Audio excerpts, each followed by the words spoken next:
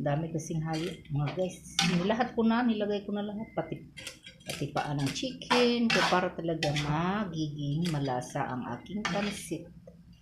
Yan. Ayan.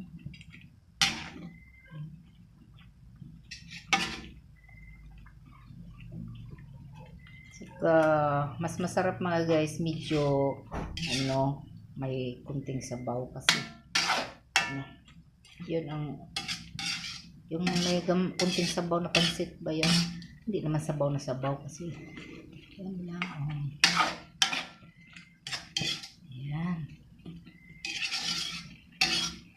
kunti lang kay kami lang naman kasi dami. So, malasa na to mga guys kasi nga yung ginamit ko yung